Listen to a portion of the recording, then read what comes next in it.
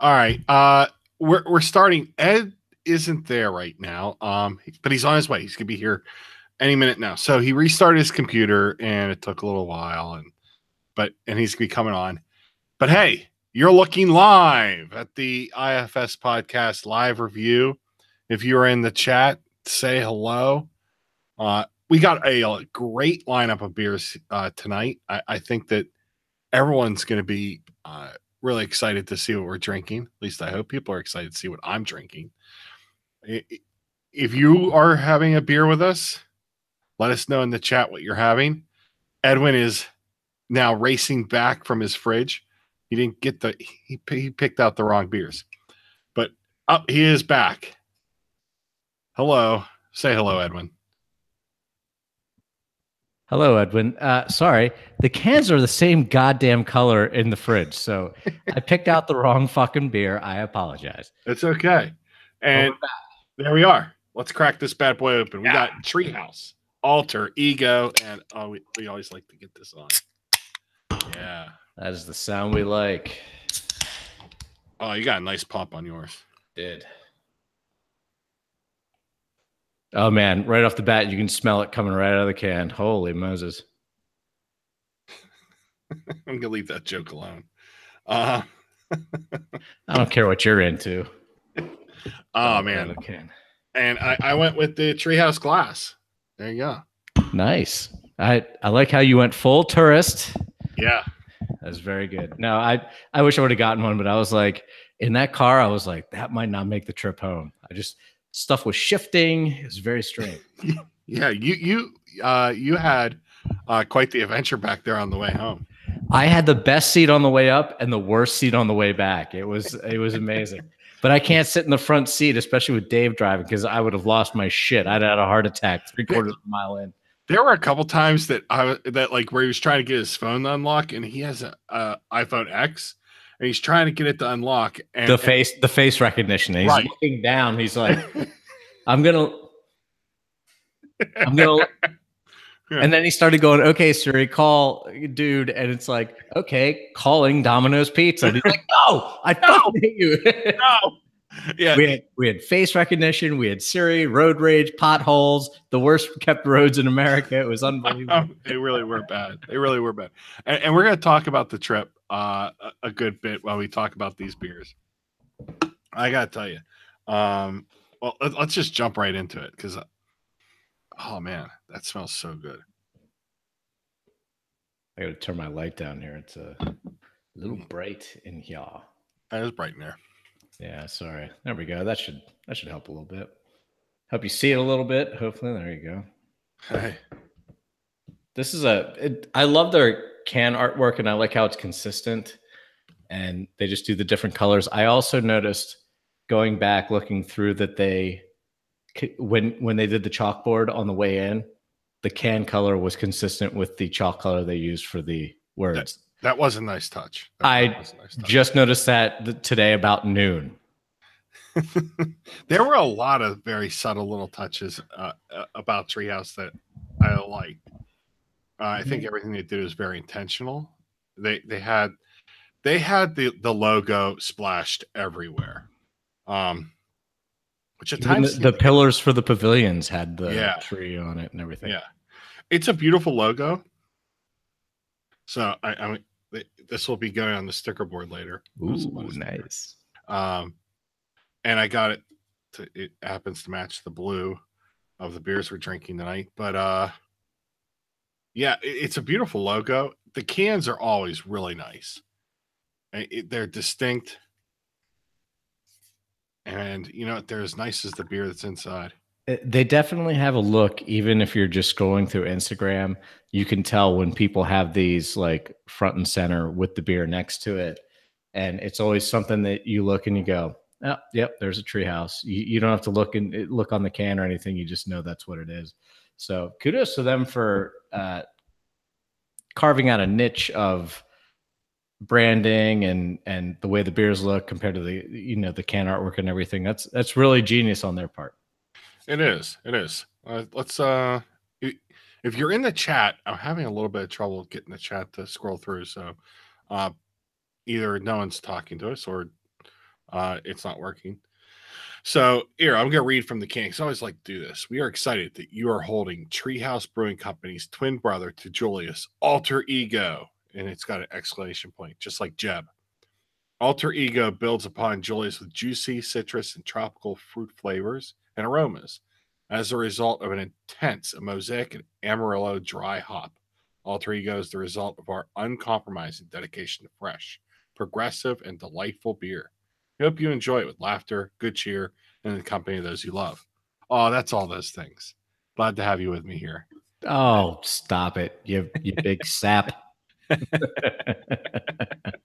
Oh, and now the chat's working. We got Sean Fox saying, Oh, hello. good. Joel, it sounded like you were making a nice lager here today. Your life went to shit, but you're making a nice lager. Good old Josh Price coming on the show. That's great. So, and Eric drinking a Crusher from the Alchemist. Good choice. Welcome to the show, Eric. All right, so let's talk about what happened here.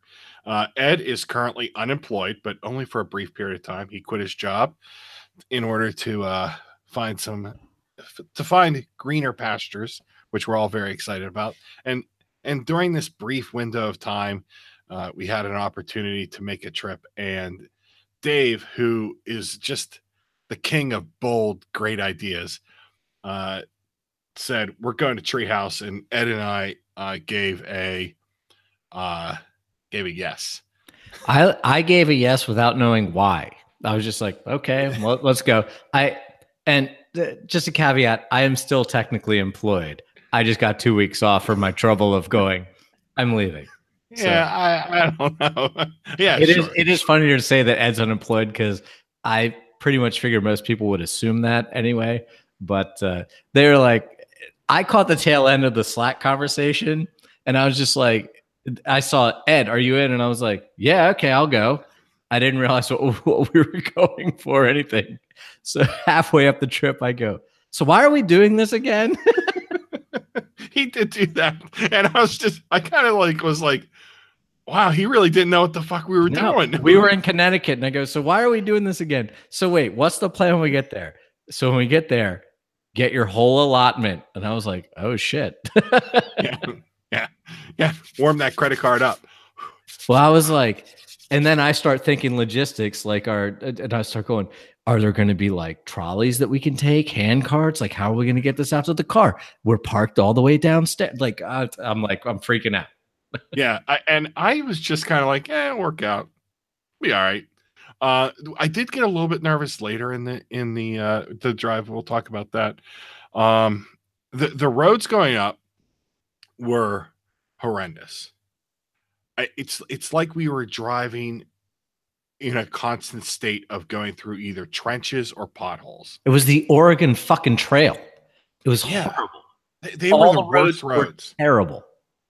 All the roads were awful. All of them were awful. I mean, they're bad in Pennsylvania. They're bad in New York. They're bad in Connecticut. They're bad in Massachusetts. They're literally just all bad.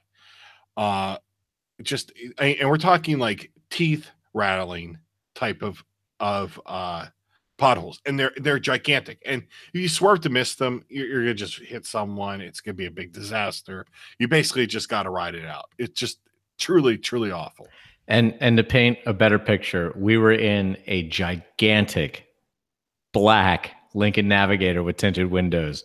It was hilariously stupid, and every pothole you hit sounded 10 times worse. It's like hitting the side of like an empty, like a big empty fridge or something. It's bong. It was very amazing. Yeah, it was great, but we got there pretty much without any issues. We left at I was up at 5 a.m. You 4:30, 4 o'clock.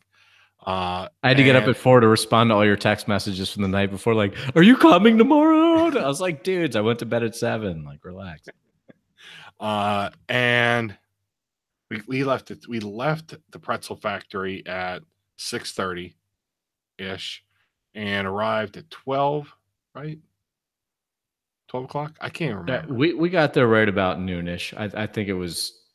I think we were there about 15 minutes outside of the window that we expected. So I think we were right there. We were in the wheelhouse of where we needed to be. Yeah. And we ended up parking down below, but the parking was never crunched during the whole time we were there. They do have two lots, an upper and lower lot.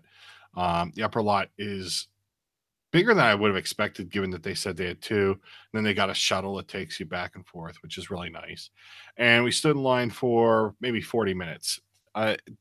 Dave had brought some beers, expecting to maybe trade or swap some beers there in line.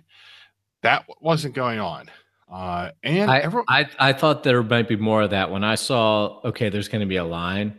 The last time I did like a big beer release, like we went to Weyerbacher, and while people were waiting to get in line, it was like heavy metal parking lot. Like everybody had their backs open, and it's like, oh, hey, we got this, hey, and it was like a big swap meet of beers. So I can see why he would do that. And a guy a couple spots in front of us actually was carrying Allagash bottles and stuff, which seemed strange, like just loosey goosey. And a couple other guys had backpacks, but I don't know. I think the problem with that is the line moves so goddamn smoothly. Like you really don't have an opportunity to mingle too much. Yeah. And everyone I thought was very businesslike. It's a bit of an eclectic group of white people, if that makes any sense. You know, you got guys that were clearly, there on their lunch, who were coming from, working a labor job. And then you had some people that were dressed as if they came up from Manhattan, and you had some people that had their young kids there in strollers. And then you had the guys that look like they're just waiting for the holiday season to open up on the beach. So what also is funny is the varying amounts of beer that went out. Like there'd be a dude in a suit just carrying one case out.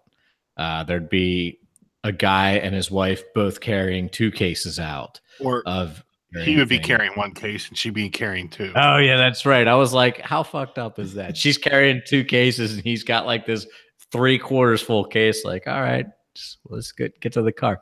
But very, very, I think that the people who are carrying just a case out are probably people that live within 30 minutes of the place or 45 minutes of the place. Not like us who are, we got a T-top Trans Am and, Snowman and the rig and everything. But it's an amazing eclectic mix of people and interests, and just it was very cool. And for a guy like me who was like, I'll never stand in line for beer, it all went very smoothly, and like I didn't feel like ever I was like, oh, this sucks. It was pretty cool. Yeah, it was great. We got a lot of beer to cover, so let's jump into this one real quick. I like Alter Ego. This is the second time I've had it. This is an exceptional beer.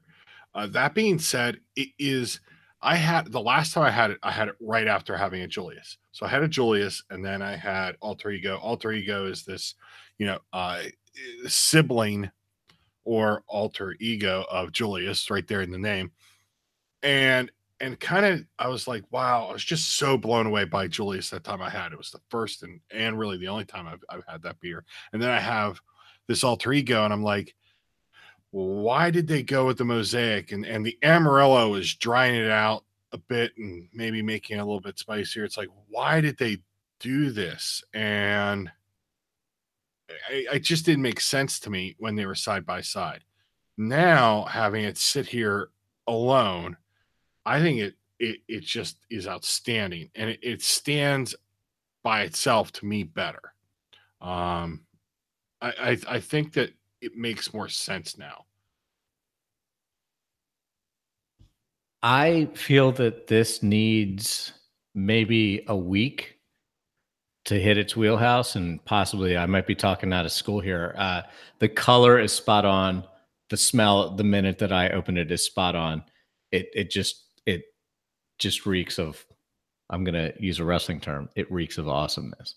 But I'm getting a little bit of a grittiness when I drink it, not a smoothness, which I thought I was going to. That could just be because I'm a neophyte to this or whatever. But I think it's good. I just think if we did this beer next Thursday, I would probably have a little bit higher of a regard for it. Not to say that it's bad. I just think it feels like it's a little raw, and I think it could use a little time, just a little.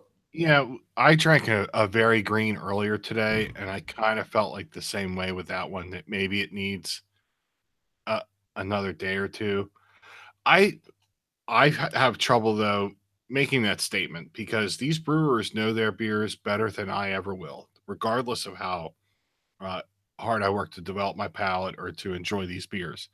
And so when they release them, I assume they're saying this beer is ready, you should drink it. And they say drink fresh, keep cold, drink fresh over and over again on here.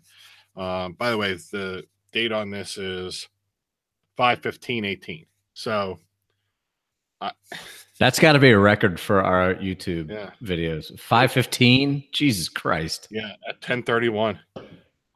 Janet Snakehole. I don't know what that is. Is that a reference you get?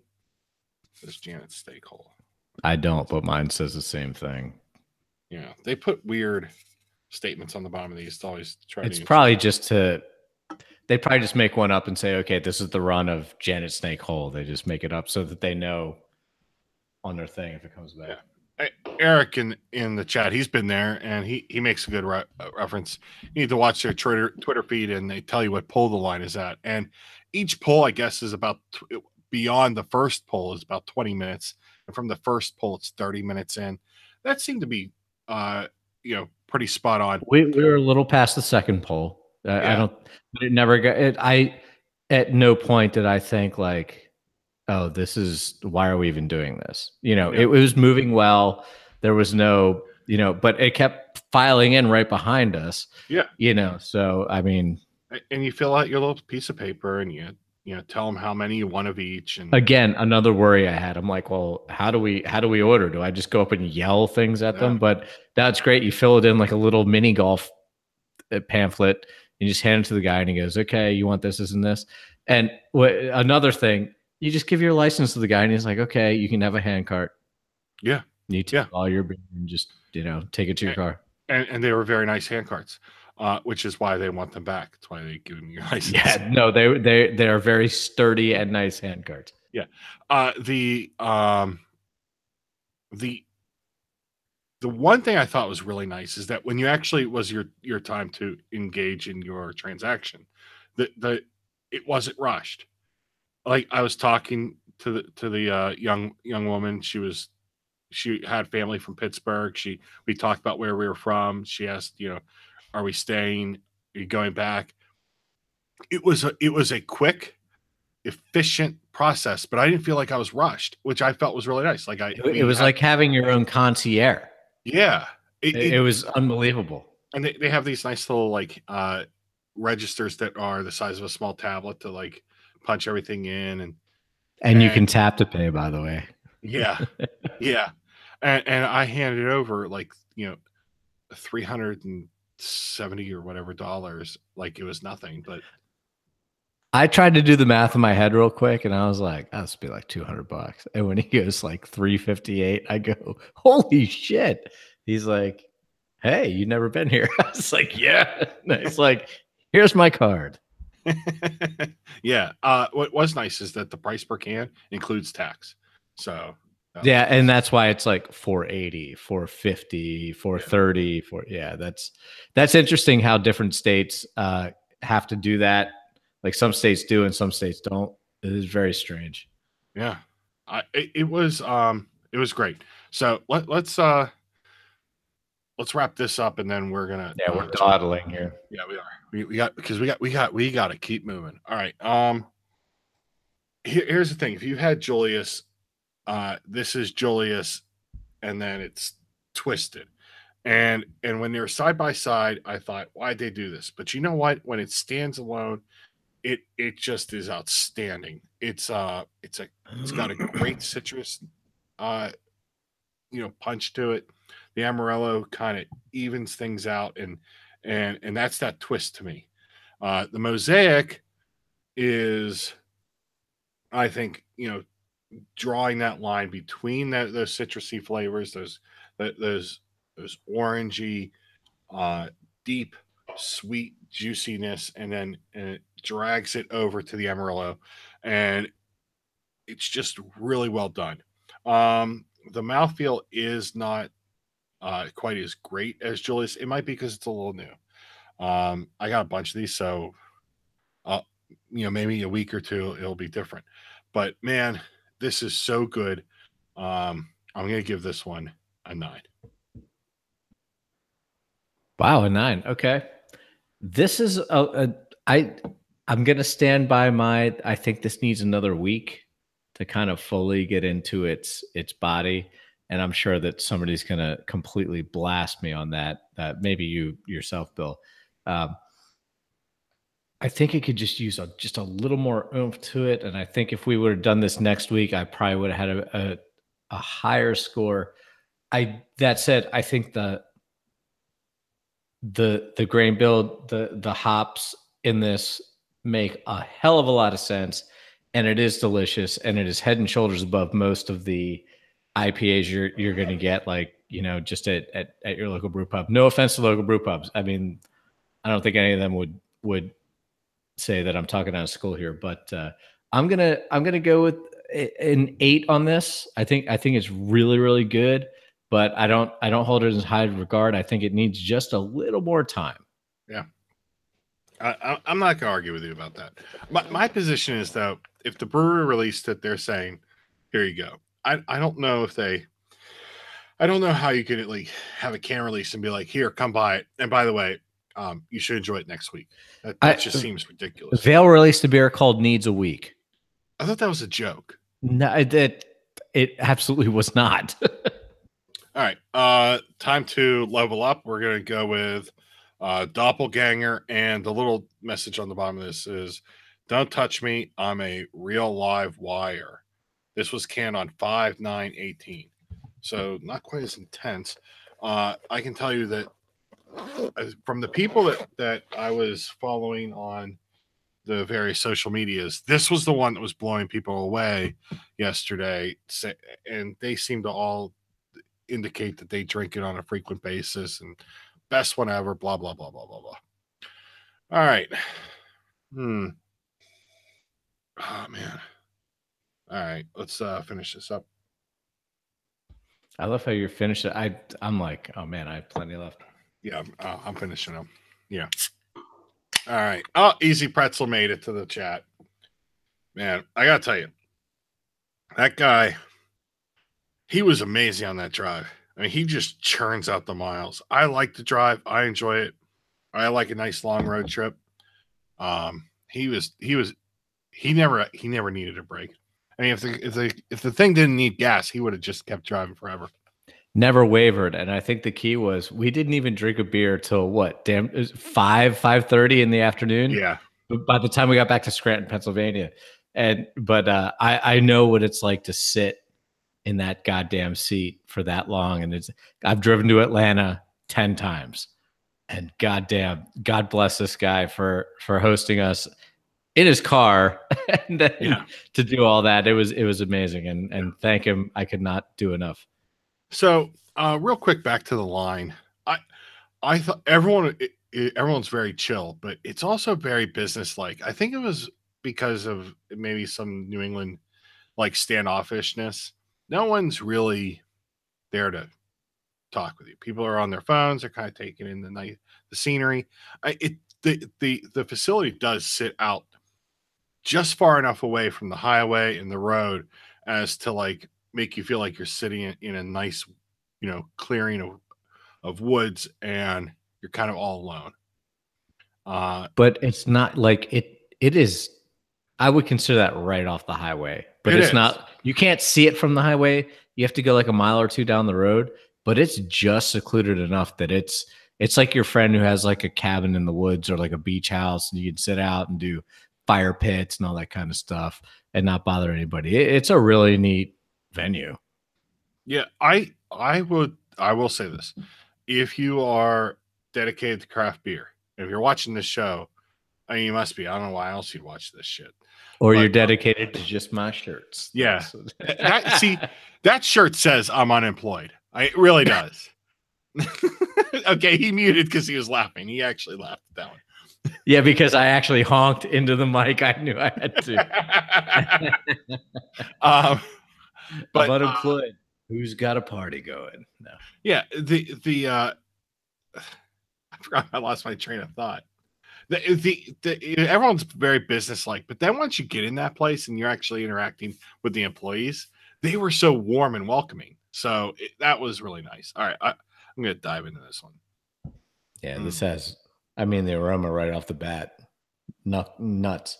All right, so I will say the one disappointment from the trip, and it's not so much of a disappointment as it is. Look, I understand it. They don't start drafts there until 3:00, basically. Oh, I thought you were going to say the Speedway bathroom. Oh God, we'll get to that later. Go ahead. I'm sorry. Yeah, no, it's okay. They don't start drafts there till 3:00. I understand why. You know, they got this long line. The parking is well managed with that line. If you add people coming in to pick up beers to that line and then hanging around having a beer or two, the parking's going to just go to shit. It's going to end up like Trogs parking used to be. And they don't want that. They want to got to get that in there, don't you? Yeah. You know, everyone's got their hobby horse. So they're churning people in and out. The line is moving. We hung around for a while. You know, we stood in the line. We got our beer. We checked the place out. We took a good opportunity to really explore the inside, look at the brewery, because you can see a large portion of it right up there from the deck of where they sell the beer. And we were hanging around. We were debating about how long we were going to stick around. You know, maybe hoping to get a draft, but that was folly. It was never going to happen. We were going to have to spend way too long there for it to happen. So I would have liked to have had a beer there, but you know, it just they can't do that. They can't. They got to keep it moving. So we get back on the road and we head out. And for the first hour of the drive, the weather was good, but then it just turned. It got nasty. Yeah, it turned to shit real quick. I think we made the right decision, especially when we got 2 hours out and they were like, hey, we just opened up the tap lines. And you're like, I'm glad we didn't stay for that. But I mean, that said, in my mind, I go, well, next time I go up, it's a 2-day affair. Like I'm going to stay for some taps, get some cases and head out. But, you know, I think we made the right decision and it's hilarious. It's a better story that we're like, we just went up and we left at 6:45 in the morning and bought all this beer. Then we just drove all the way back. And people were like, you didn't even drink beer? I'm like, no. But until we got to Scranton at Sabatini's, which we can talk about in a little bit. Yeah, because that was great too. Yeah. It was an equal highlight for me.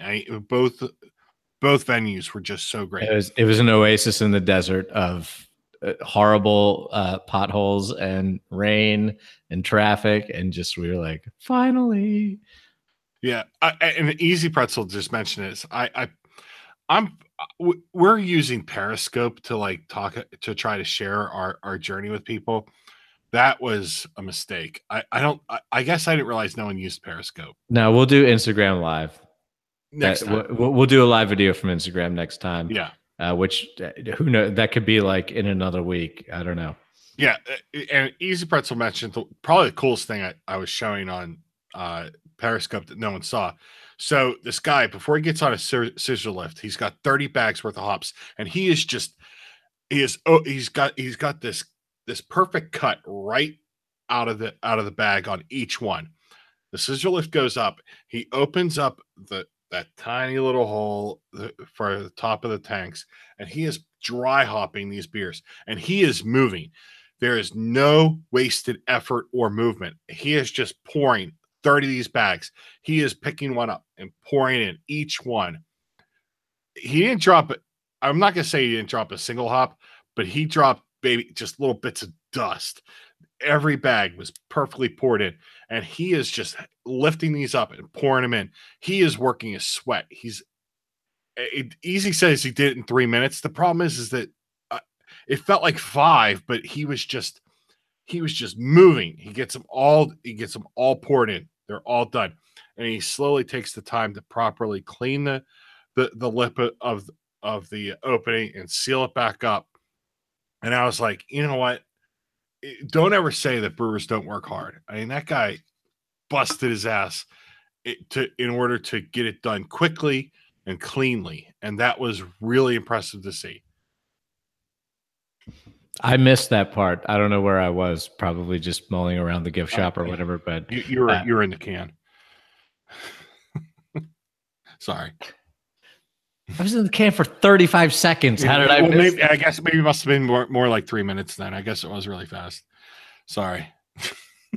I don't know how you could have missed it. Either way, that's a pretty amazing thing. And that place is a lot bigger than I thought it was going to be. I thought it was going to be a little smaller than it was. But just seeing all their stainless and everything, you're just like, oh my gosh. And the way that they economize the space, the lines, people ringing you out, the gift shop. It's crazy how it's Disney-like, how they're like, get them in, get them out, get them in, get them out, get them in, you know, like very, very crazy. But yeah, very well worth it. It was really cool. Yeah. The woman who was checking me out, I asked her if she liked working there. And she was like how you just said the woman who was checking me out. I asked her how she liked it. That's you cheeky monkey, you. Yeah. No, she was selling me my beer and I asked her if she liked working here. And she was like, "Are you kidding? This is the best job anyone could ever have." It was so obvious that she loved her job, and that was nice. Yeah, the place was great. It's beautiful. Yeah, my dude was like, okay, and he had a green T-shirt, like and he took a small piece of duct tape and put "very" on it because they had very green that day. That's funny. And I was like, so this guy, like, they know what's going on. That's really cool. They're very engaged, and I guarantee that they're very well taken care of for the most part for working at that brewery. And I mean, what a gig to get. Yeah, and before we left, we didn't know what we were getting. We kind of had a sneaking suspicion or a reasonable expectation. That's the craziest part. We didn't go with expectations of one beer, like, oh, we got to go try to get this beer. It was blindfold, just drive up, see what you get, and get back. Yeah, it was. We were just winging it. We were winging it in a lot of ways, but we were winging on what we were going to get completely. We had a sneaking suspicion that the next beer we're going to drink, the Double Ganger, that was going to be available because it was there the day before, and because of the storms, they just really hadn't maybe sold all the beer that they had available. So we kind of expected we were going to get that. What's great that they do that I realized on the trip up there is they do something that is a lost art. They do their updates mainly on their website, not on Twitter, not on Instagram, although their Instagram was a month behind, at least when we looked at it. Their Instagram is rarely updated. Right. But if you go to their blog on their website, that's where they put like, oh, okay, Thursday, here's what we're going to have. That is a unique thing that I think is a very cool lost art. And I do appreciate that to an extent where it's not like they're like, fuck Twitter, whatever. Yeah. And their website is beautiful. It really is. It is a beautifully laid out website. It is absolutely gorgeous. It because of how photo intensive it is, if you're on a slow internet connection, like we were at points riding up through middle of nowhere, New York. I hit Edge at one point. Yeah, it does not really load, but when you're on a computer looking at it, which is how this website's designed to be looked at in a large format, it is so beautiful. It is so well designed. That's probably one of the things about this brewery that will stick with me all the way through. Their attention to detail is evident and is in some ways kind of delightful. Just these little touches here, there, and basically everywhere, where you're like, oh, they cared about that. Oh, they thought about that. And it's really nice. Just the way that they had this little sign that was tucked onto the side of this reclaimed wood and where it had come from, which was in Minersville, Pennsylvania. And it was from, I assume from a barn, but it was the year from the building that they had taken it from where it was built was 1829. So not everyone's going to see that, but the people that do are going to go, oh, that's a nice touch. It was those little touches that really showed that they think about things and they're intentional. And I like that because if I feel like if you're doing that for the bench I'm sitting on, you're certainly doing it for the product I'm paying you for. I also appreciate that as much attention to detail, and it looks like your rich friend's house, they're still down to earth. There was not one person that we encountered that worked there that was like too cool for school. Yeah. They were all just like, all right, man, let's do this. You know, cool. All right, you want a hand cart? Cool. I have your license. Just come back and see me. These are your beers. Take them out to your car. Just bring the hand cart back whenever you want. And they were like, okay. Oh, and then, oh, you're from Pennsylvania? Really cool. That's awesome. Like, they were all very engaging and not like, why are we doing this? Kind of, which is, I'm not going to mention any names, but I get the feeling that people kind of feel that about breweries of this ilk. And that says a lot. They're very engaging and personable. And that goes a long way towards marketing and salesmanship. You know, when you do the face-to-face. Yeah. Here's what I would also say. They weren't scripted. These were people that they were hiring who were warm people. Yeah, they weren't like, hi, welcome to Treehouse. What would you like? Okay, thank you. Doot, doot, doot, doot, doot. They were very, very personable, and they were like into it. They were rocking out to music. I heard, you know, and just like hanging out and having a good time. Like they were enjoying that line of people, and they were like amped up for it. And I think that's very cool. Yeah, and you know what? It moved quickly and swiftly based upon efficiency, not people rushing. No one's running. No one's trying to like run things down. You know what they have? They have people that are well trained, that know each and every step they need to make, and they are efficiently and smoothly working you through the process. And that, to me, it just made for an enjoyable experience. But just to be like, oh shit, it's Wednesday. Like you could imagine like the one person to be like, oh, it's Wednesday. We got to do all this shit. But they're just like engaging and fun and just they treat everyone like it's their first time there. And I think that is the way that you should go. That's unbelievable. All right, real quick. Easy. At the old place, they used to shout out anyone from outside of New England. All the employees would yell your state. That's cool. I would have liked that. That would have been pretty cool. Yeah. I'd have told him that I was from New Mexico, though. I'd have just been like, New Mexico. It's like a non-shitty version of Welcome to Moe's. All right. Albuquerque. I like that. All right. To the doppelganger. Here's my one small complaint about the doppelganger can. It doesn't have the umlaut over the A. Come on, guys. Did you? Okay, so as an Atlanta Hawks fan, we've called Dennis Schroeder the umlaut for 2 or 3 years. That's your complaint? Yeah, I know. I feel like I have to knock him down a peg on something. Yes. Here we are. People would be like, you're just a shill. We're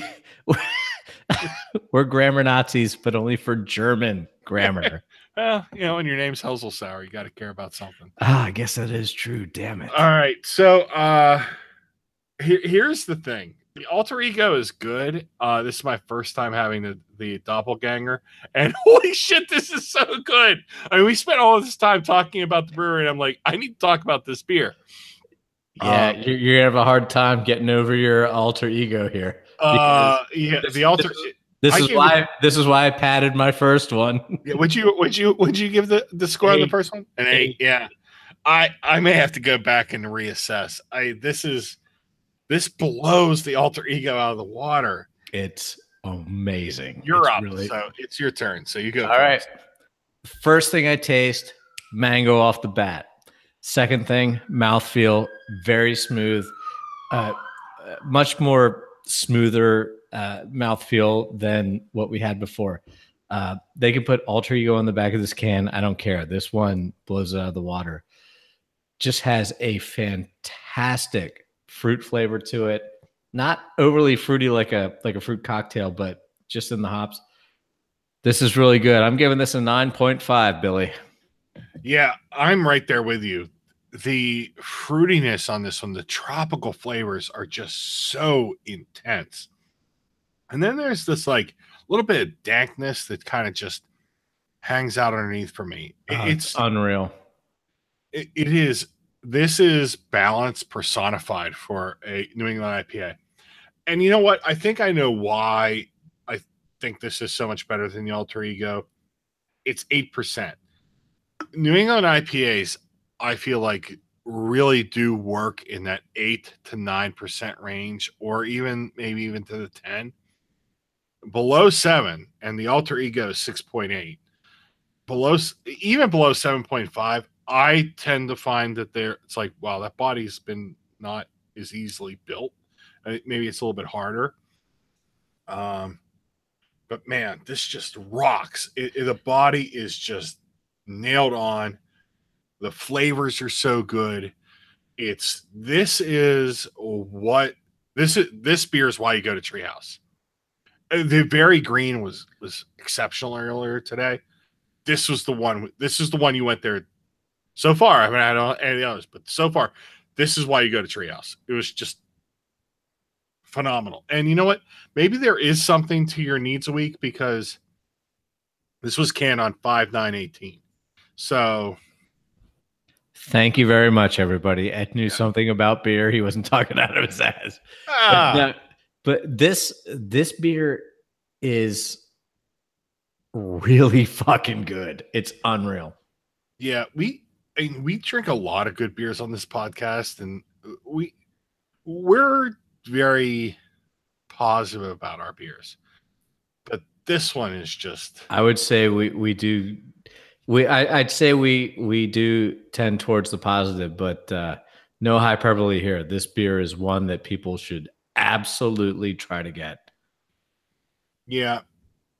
This is here's what I would also say. This isn't one that I would hand over to someone who's never had a New England IPA before. I don't think this is an intro. This is for someone who's had a couple, who wants to explore deeper into the style. This is I'd give over a veil. I don't ever want to be you. That's the beer that I would give them. Yeah. That's a good intro. This is for someone who's like, okay, now I want to experience the nuances of the style, and the nuances are subtle. This is not a style that's gonna. All the fruits that they mentioned, the peach, the mango, is all right there. It is really well done. It is really peachy. I feel like the papaya kind of is maybe more just in that sweetness. Well, most people give papaya just to give a little bit of a bite on the back end, but I don't know. This one, I mean, they really balance this one out well. Ton of peach, really good. Right. Can't believe we could only buy 2 apiece. You gave us 9.5. I'm right there with you. I'm gonna go. I don't do this. Usually, I try to stay to half points. I'm gonna go 9.8.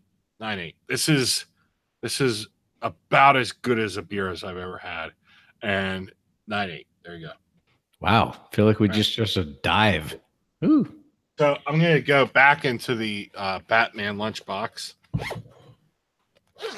and it's time to pull out the doppelganger. Oh, sorry, double ganger. Yeah, I'm real excited about this. You know, I can't drink as fast as you, so I'm gonna have a whole runway of taxing beers here. You're unemployed, so don't have to worry about it. Stop saying that. You're not working. I'm still getting paid. Shut up. Well, okay. There's a lot of people out there that don't work and get paid. Jesus Christ, asshole. Costanza. No. Yeah. Okay, I'm done. I'm done. That's probably the best Can you joke. not we do ever that? made. I'm done. That's it. There's a lot of people out there that work and get paid. Hey, Joel, do you employ any of those people? All right. I'm kind of sorry to see this one go, but I'm gonna finish it. Oh man, I got plenty left. You drink way faster than I do, but you're also 3 times my size, so we have to.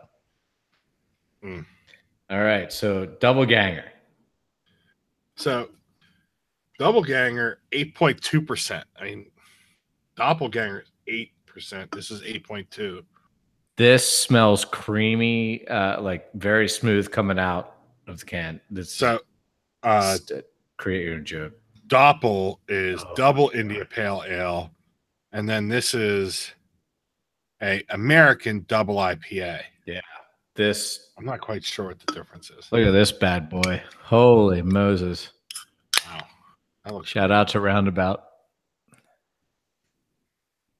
Yeah, I went with the Church Brewworks T-shirt. I haven't worn this T-shirt in a while. This Hawaiian shirt's a shirt that my dad just gave me for my birthday on Monday. That was nice. I was like, sweet. There's one I could fit into since I've been doing this podcast. Yeah. All right. So, man, the head on this thing is gorgeous. This is smooth. Really? I'm in trouble. Yeah. I'm already chugging these double IPAs, basically. Oh. This is smooth with a little dank on the back end. God, this head is rocky as hell. It is really hard.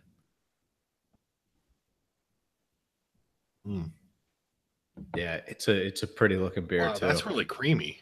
That's really velvety. I smelled the creaminess coming out of the can. Oh God! All right, let's see what they said about this one, because unlike the others, this is a sticker label, as is the want of many a New England IPA beer. But I did take a picture from their little write-up that they had.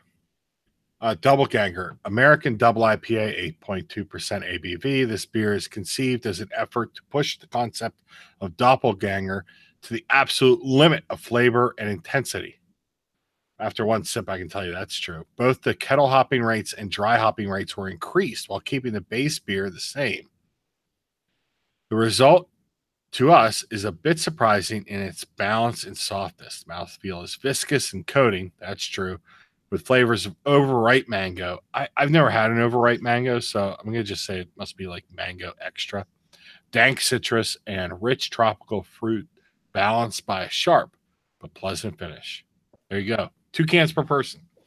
A lot of people were excited about this one. I know we were. I was actually upset. I'm like, wait, he wants to do that on the podcast?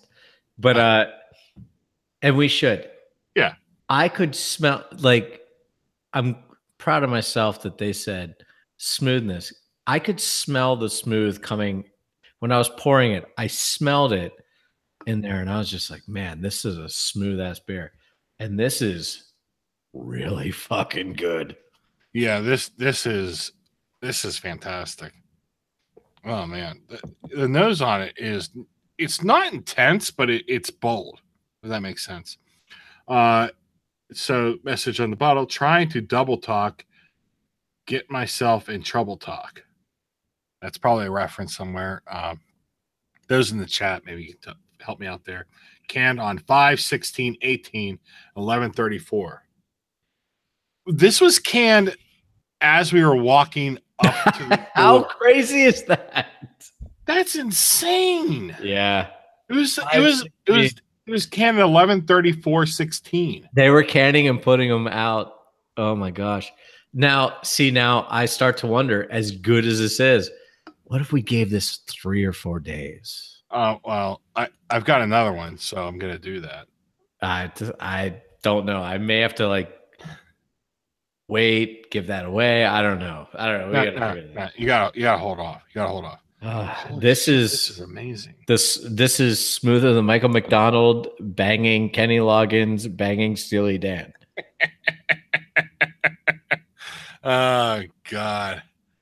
All right. Let's see what the hoi polloi are saying about this one.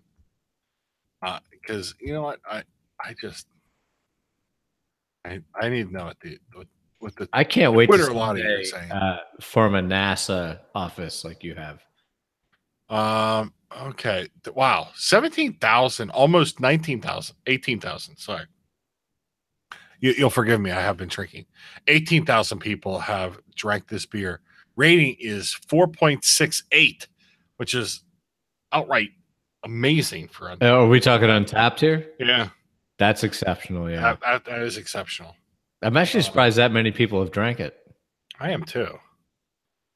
So, or is it that many check-ins? Because some people probably like us will drink it twice.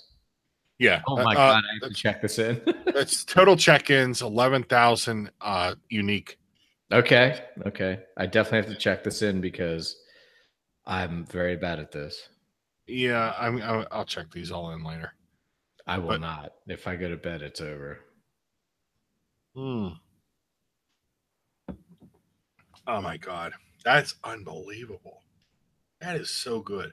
It's beyond reproach. It is freakishly good. You know what? I like about it? The finish is a little bit dry, which really makes me want to like come back again for another sip. It's got this way of like having a long finish, but it's a dry one. It's a bit clean. It's like, no, come back. You want more. And that to me is one of the hallmarks of an exceptional beer. It's one where you can be satisfied having taken a nice pull from it and waiting, but man, it's just drawing you back in. No, you want to come back. This beer does that. And oh man, this is like, you ever have a really great sandwich and you cut in half and you get through the first half, and it's like, man, the sandwich is good, and you're in the second half of the sandwich and you get about halfway through that second half and you're like, no, I got a problem, like my sandwich is almost done, and you're like, it's like you're just getting sad because the sandwich is over. I'm gonna feel that. Yes. Simpsons did it. Homer, are you going to eat that sandwich? Yes. Yeah, Marge, I'd like to be alone with the sandwich. That was where they went to a Duff beer for you, Duff beer for me. Duff Gardens. That was the episode. I'll have one too. Yeah, that's a great episode. And then at one point, like a week had gone by, and he's eating that sandwich was purple. He's like, Marge, I'd like to be alone with the sandwich. Are you going to eat it? Yes.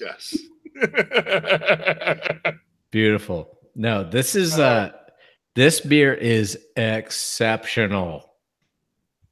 My goodness gracious. Yeah. After we sign off, I'm gonna need a moment to be alone with this beer. Assuming I don't finish it, which I still have the other contestants waiting in the wings here. I have a lot of beer to drink. See, and then people wonder why I'm slurring my words at the end of these. No, well, if anybody listened to our live panel, they'll hear me going, so what's going on at the end of this thing? I guess I was hammered. I don't know. I heard myself and I go, oh, that's bullshit.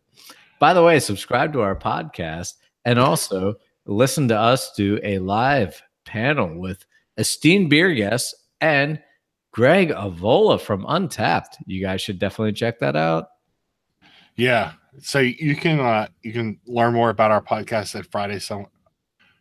If you go to FridaySomewhere.com, you should subscribe IFS Podcast or It's Friday Somewhere Podcast.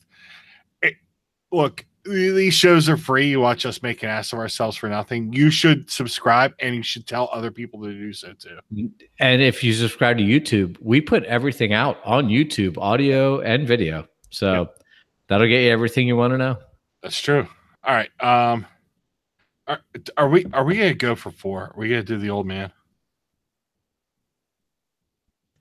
It sounds like every girlfriend I've ever had. Wow. Are we gonna do the old man? All right. I accidentally brought the haze with me because it looked blue or purple.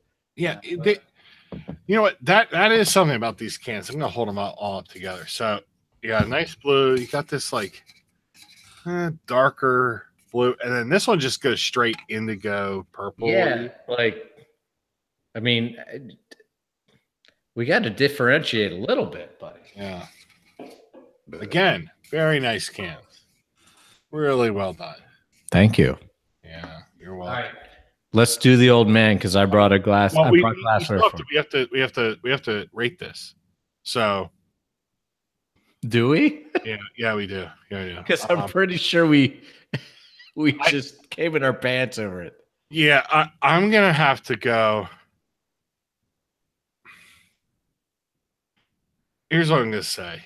This is for me, New England IPA, basically perfected. It's got this velvety mouthfeel.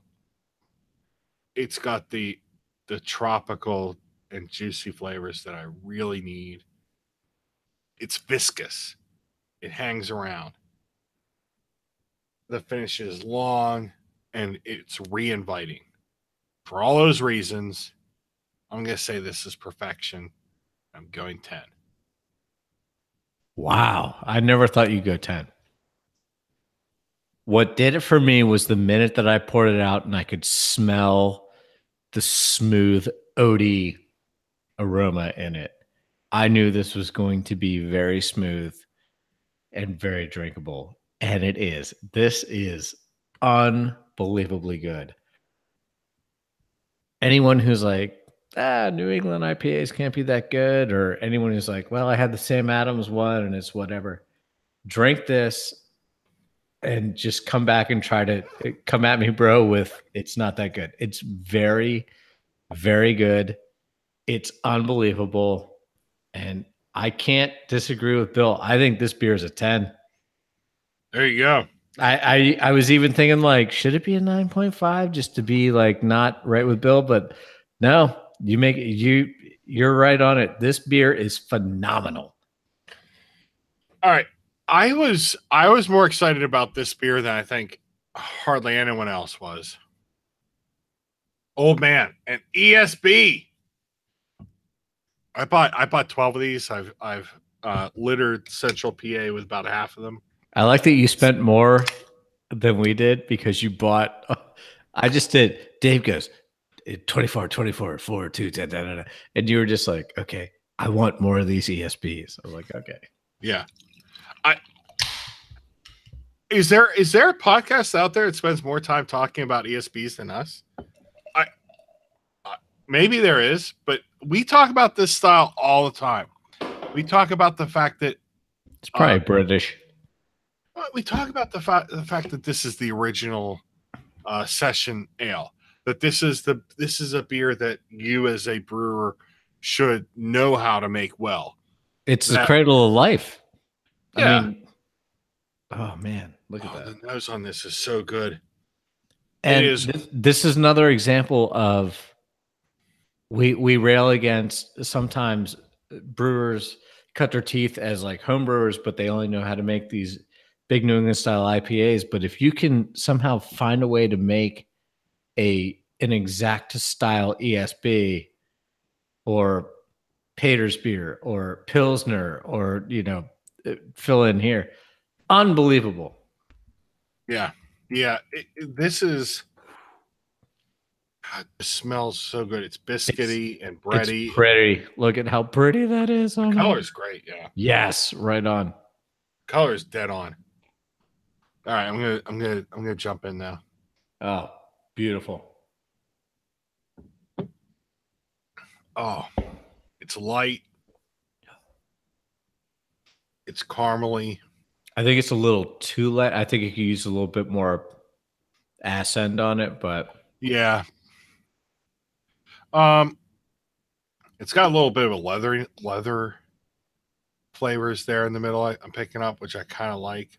It's biscuity and bready, and caramely. Really like it.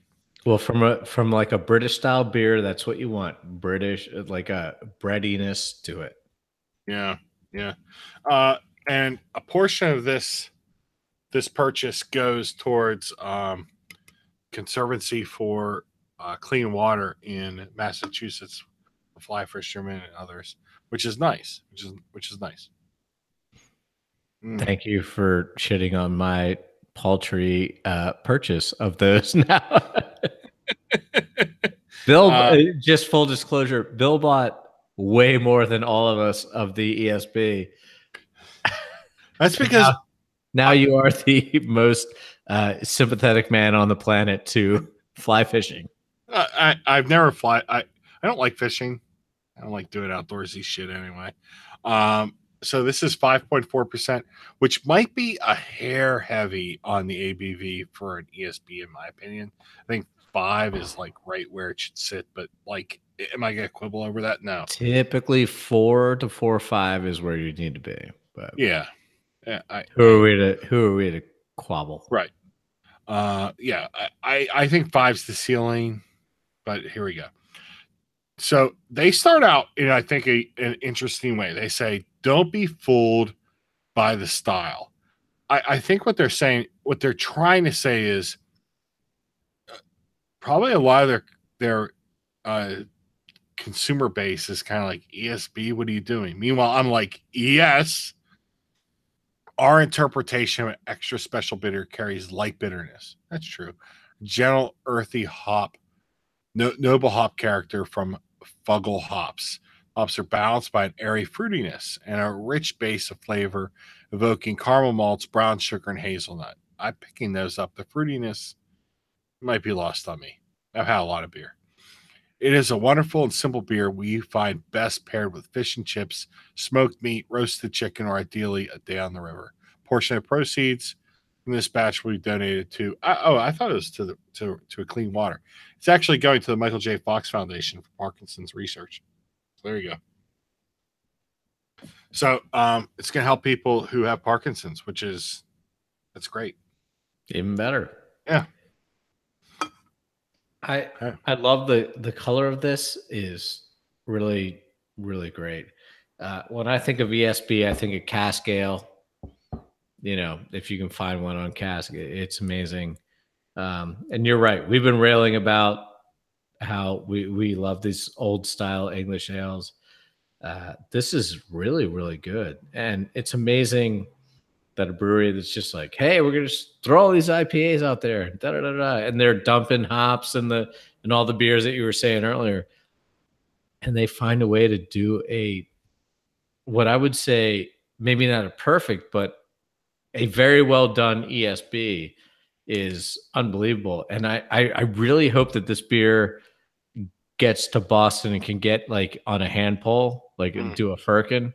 Yeah. I mean, how great would that be? It's got to be amazing.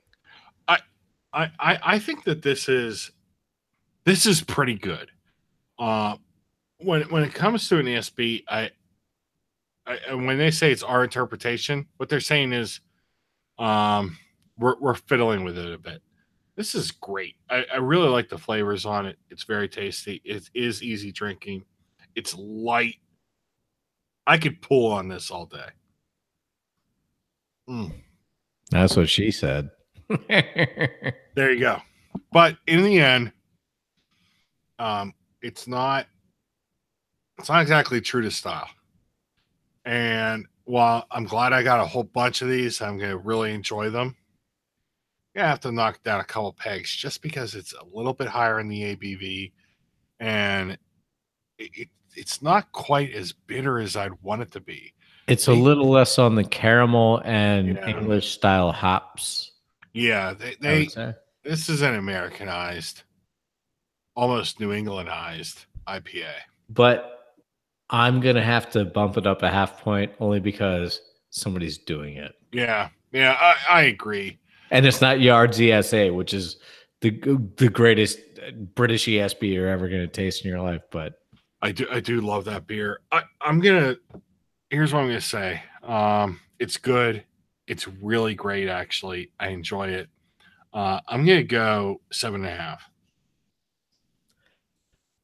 I love the roasty malty caramelness of this.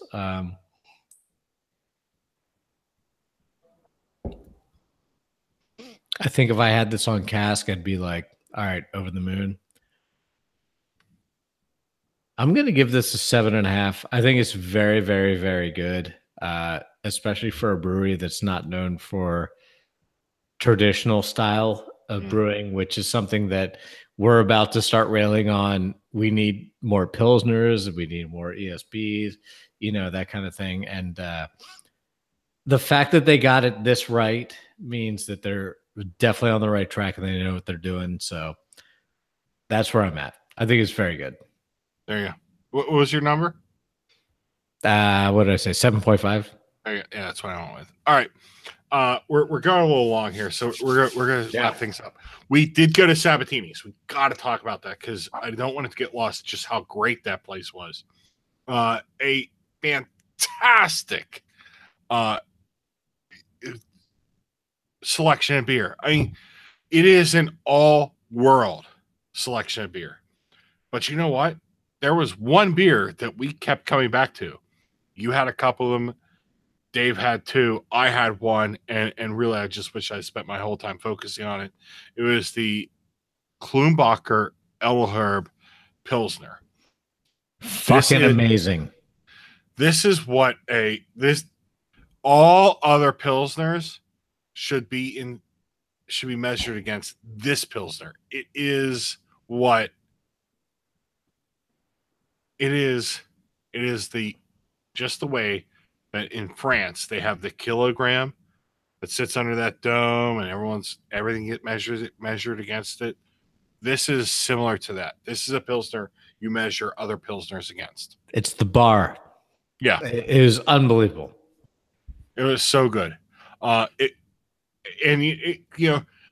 damn it, Easy Pretzel fucking nailed it right away, and I hate him for this. He was like, me too. I was like, he goes, oh my God, this is perfect. And I turned around and I'm drinking my whatever.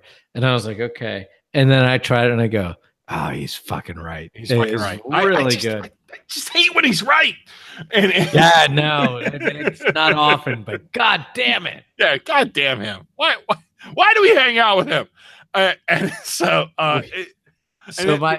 My road soda, which we were all supposed to get road sodas, I almost took them back and just got a crowler of that beer. That would have been the right move. Yeah. That would have been the right move. No.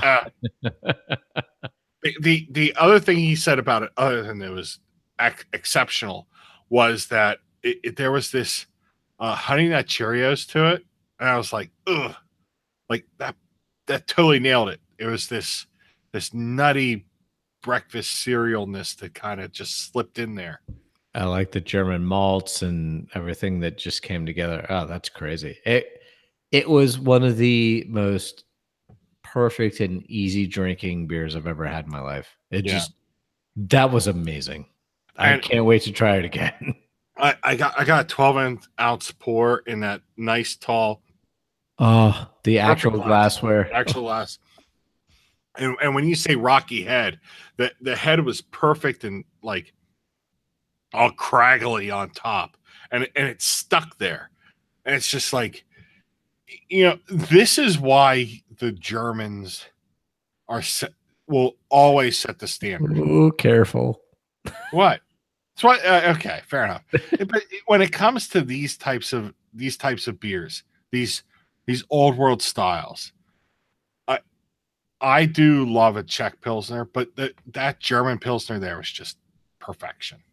I agree. It was the minute that I tasted it, it's one of those ones where you're like, okay. And then you take like an extra half sip and you go, oh man, it was so damn good. Yeah. No, Dave nailed it. He knew it. And it was very good.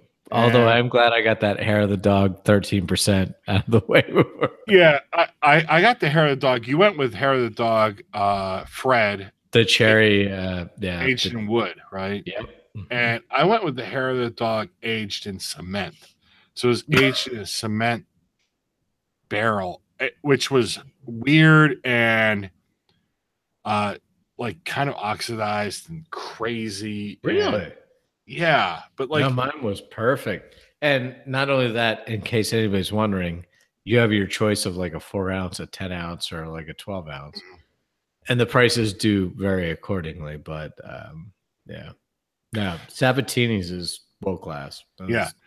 And they saw you coming because they had a very impressive selection of Eclipse 50/50, which if you want to watch Ed part with money, just take him to someplace that has 50/50 bottles, and he is a total sucker for those beers. Oh yeah. And I asked the one girl that works there, I'm like, you guys don't have Eclipse. She's like, oh yeah, we got the 2016 and the 2017. And I go, all right, well, I'm fucked. It's like, I'm out. I even tweeted, I go, I'm fucked. Like I've never had a 50/50. That's why I bought them, Bill. I know. We got to do that. We got to do that. I bought the Evan Williams for my buddy Jay, and then we'll do the other one. Nice. They're sublime. Yeah, I know. You truly love those beers. I've had opportunity to buy them in the past, and I've not done it because I kind of am concerned. It's like flying first class. Once you do it, you now have a problem. So, but once you're platinum status, why would you go down to gold status? Yeah, platinum pro. Got to go platinum pro. We haven't made a platinum pro joke in a long time. Well, that somebody asked me like, and I go, I got a buddy who's platinum status on Delta. Yeah, and we love them all the same. Okay, let's dive back into this old man, rate it, and then we're gonna wrap up. I'll tell you what, I did come before we do that. I did come in here feeling like we were gonna have to talk about Sol Brewing Company and their transition, because this is very new, and there's a lot of kind of ideas out there.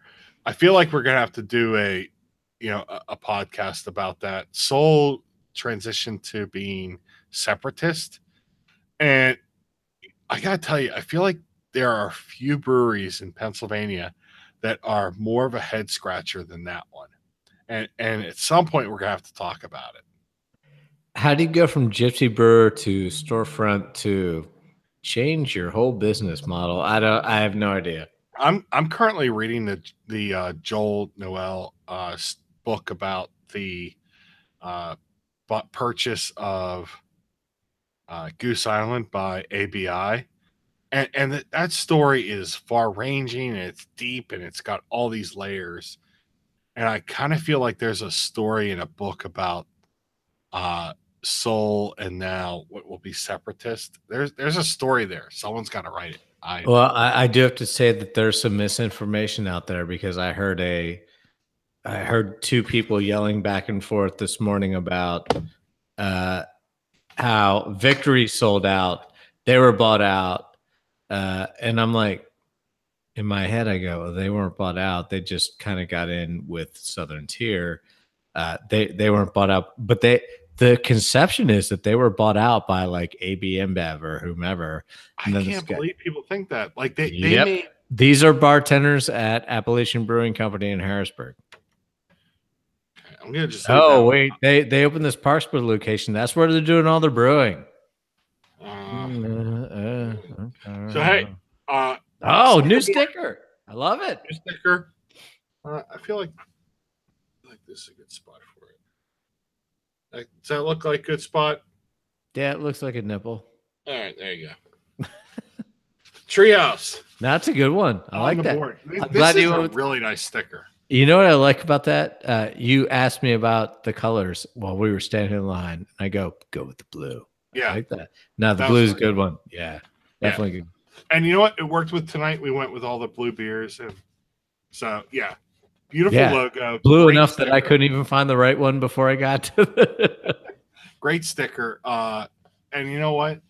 Just a great trip. If there's one thing that I would want you as a listener of this show to take away from it, if you're thinking about taking a road trip for a brewery, go to Treehouse. It's worth it. It absolutely is, and I would say don't do what we did and just like go up, get, and leave. Make just a one night, and you might even be able to hit Trillium if you do a night and you get up there and you're like, all right, we're gonna do Trillium, then tomorrow we're gonna do Treehouse. It's phenomenal. Other than that, I would say that everything between there and Harrisburg is. Nothing opens until 4 o'clock or 3 o'clock.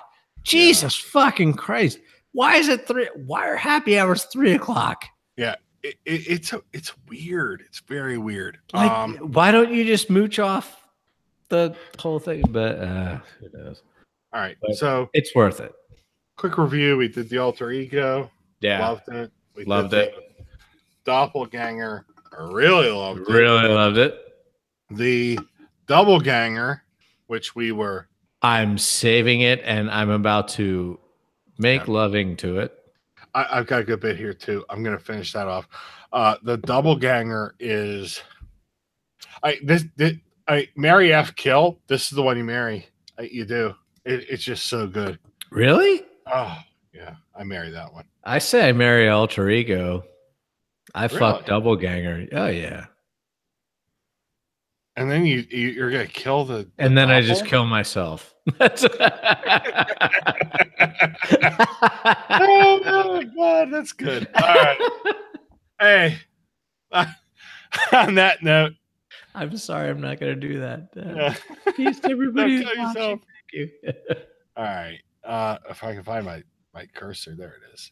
All right, we're gonna. Oh, Jesus, can I hit stop? All right, yeah. Hey, great night. I'm gonna hit stop. Thank you, everybody.